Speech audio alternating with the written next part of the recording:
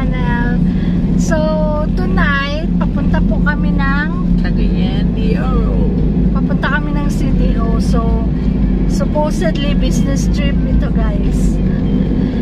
So, umalis kami ng Toril around 10:30 p.m. From Jensen, the point of origin. So, galing talaga kami ng Jensen. Then, anong oras na yung umalis? Then, iniwan namin yung mama ko at si Yani sa almost 8 p.m. na. So, 10:53, nasa Kalina na kami. Okay, so, ang baon namin, So, ang baon namin, guys, is coffee lang. Saan yung Oreo? 3-in-1 na coffee and mga cookies. Oreo. Paging nga. So, cookies. So, we were hoping na may madaanan pa kami na Jollibee kasi mag-ano kami ng burger. So, since wala, ito lang muna. Kaya yan. I need some sugar to keep me awake. So, siyang mag-drive. Then, estimate arrival namin is mga pilang oras? Time check. 10:35. 10:35. Ay, 10:50. Around 3 a.m. nasa Bukidnon na tayo. Then Baka mga 5 or 6 a.m. CDO na.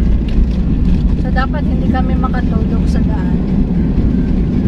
I have to keep him awake. Do some massage in all parts of my body and wala ilang tao in Bisaya. Happy you.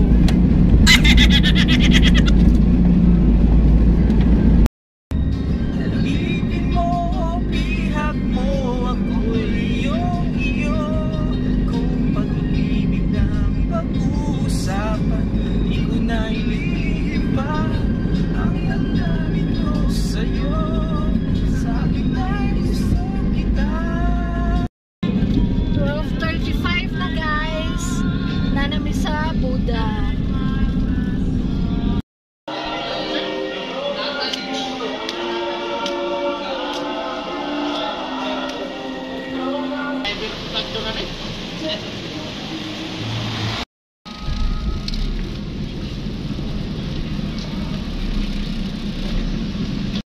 We're now here in Cagayan, guys. So, dumating kami kaninang madaling araw, mga around 4:30 in the morning.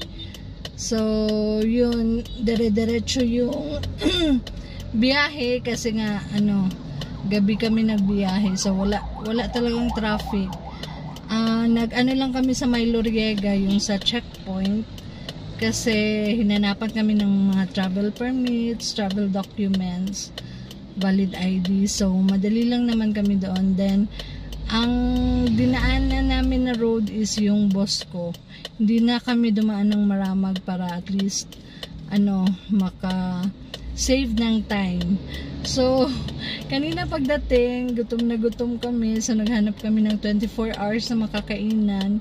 Unfortunately, due to pandemic, as usual, wala na silang open na Jollibee na 24 hours. So, nagantay kami hanggang 5 a.m. in the morning para magbukas yung Jollibee. So nakakain kami.